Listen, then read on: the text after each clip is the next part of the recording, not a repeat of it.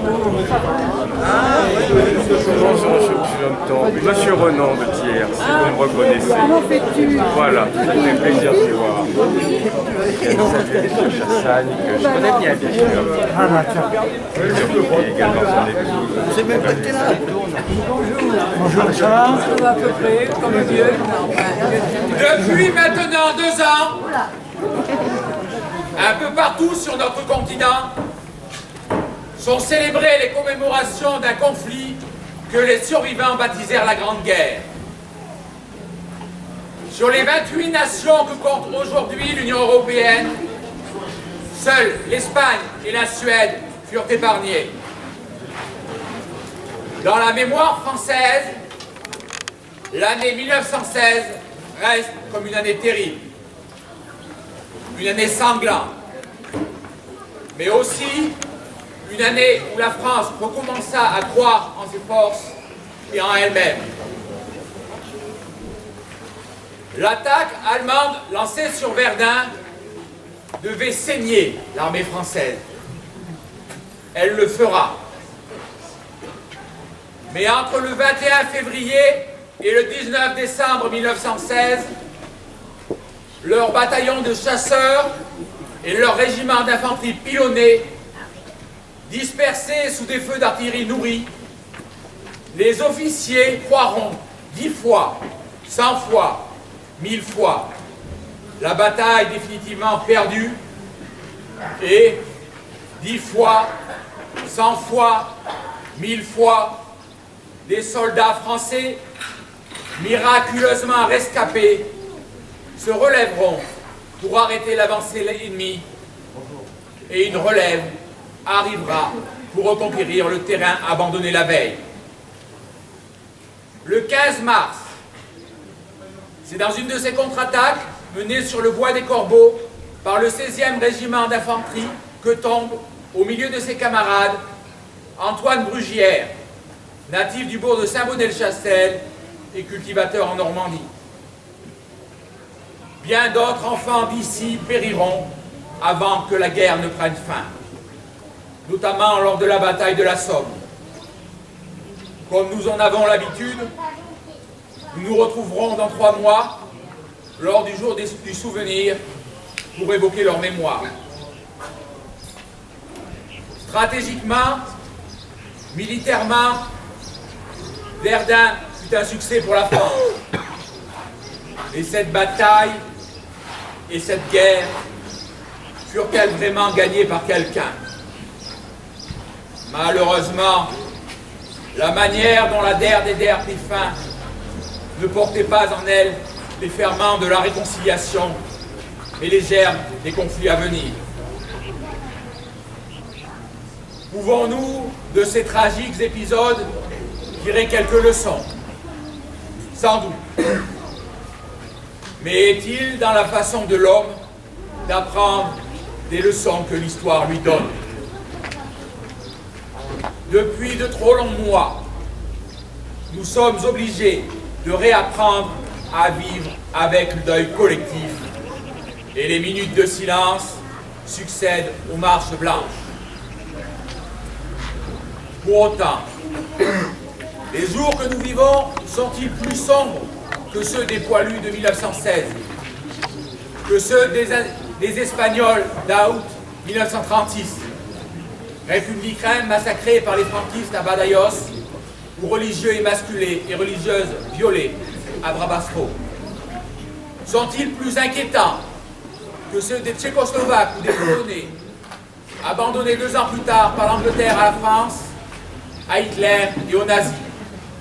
Que ceux de la plupart des femmes et des hommes vivant en Europe en 1941, que ceux des Tutsis de 1994 ou des habitants de Sarajevo à la même époque?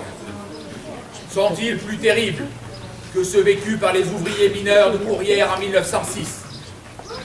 Ces 1100 injustes victimes de l'appât du gain, ou encore que les jours et les nuits d'angoisse et de sang vécus par les huguenots français de 1572. Libre à chacun de penser que les jours d'aujourd'hui ressemblent aux jours de cette litanie sans fin. Personnellement, je ne le crois pas. L'histoire de France, l'histoire européenne, l'histoire de l'homme n'est pas, ne sera jamais un long fleuve tranquille.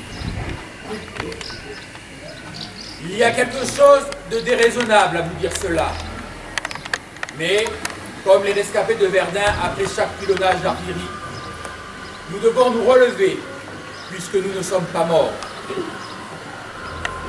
Nous devons le faire de manière individuelle, mais aussi de manière collective.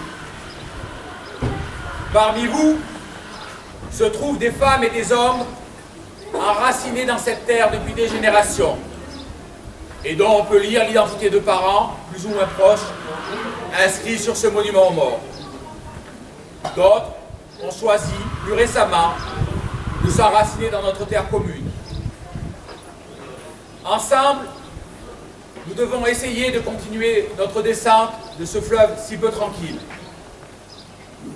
Selon les jours et les nécessités, le bateau s'appellera France, parfois Europe, souvent famille et amis.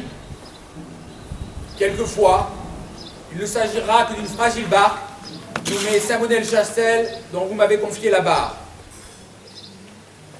L'équipage de celle-ci est évidemment constitué des élus municipaux que vous vous êtes choisis et des responsables associatifs, qu'en ce jour de fête ils soient remerciés, mais aussi de tous leurs proches qui les soutiennent dans leur action et en réalité de vous tous. Vous tous, malgré nos différences, voire malgré les différends pouvant parfois exister, vous tous, vous avez répondu présent par ces froides journées et nuits de janvier où nous recherchions une des nôtres pour la rendre à sa famille. Que tous soient une nouvelle fois remerciés. Vu d'en haut, nous ne devons pas sembler grand-chose. Un nom, une position sur une carte d'état-major. Pourtant, et toute comparaison gardée, si je parle devant vous, c'est que collectivement, nous avons décidé, comme les chasseurs à pied des 56e et 59e bataillons, de ne pas disparaître sans rien faire. Et pour ne pas disparaître, nous n'avons aucun autre choix que de faire fi des probabilités et d'aller de l'avant. En étant présents ici, nous signifions à ceux qui veulent faire monter les peurs et les haines que nous allons de l'avant et que tout à l'heure, nous ferons la fête, comme tant de Niçois avaient décidé de la faire le 14 juillet dernier. Aussi, en la mémoire particulière d'Antoine Brugière et de tous ceux qui sont morts depuis notre dernier jour du souvenir, simplement parce qu'ils avaient décidé de vivre libres, en la mémoire de tous les morts de toutes les guerres et de toutes les victimes de tous ces fanatismes qui voudraient que l'espèce humaine cesse d'aller de l'avant. Et je pense notamment aux dernières victimes de Boko Haram. Avec notre conseillère départementale, notre député, mes collègues maires, qui se trouvent une nouvelle fois de plus à nos côtés, nous allons déposer ces gerbes et observer une énième, mais toujours nécessaire, minute de recueillement.